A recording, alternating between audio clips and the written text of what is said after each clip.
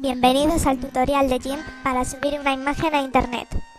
Lo primero que tenemos que hacer es abrir la ubicación de GIMP en nuestro ordenador.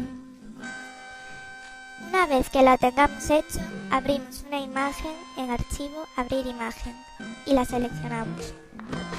Vamos a escalar la imagen en Imagen, Escalar imagen, cambiando de píxeles a porcentajes y poniendo los que nosotros queramos.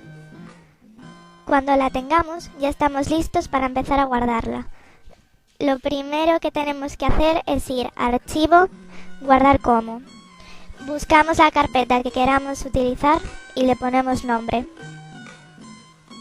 Luego seleccionamos el tipo de archivo. El que a nosotros nos interesa es JPG. Y escribimos de calidad 85. Ya la tienes lista para subirla a internet.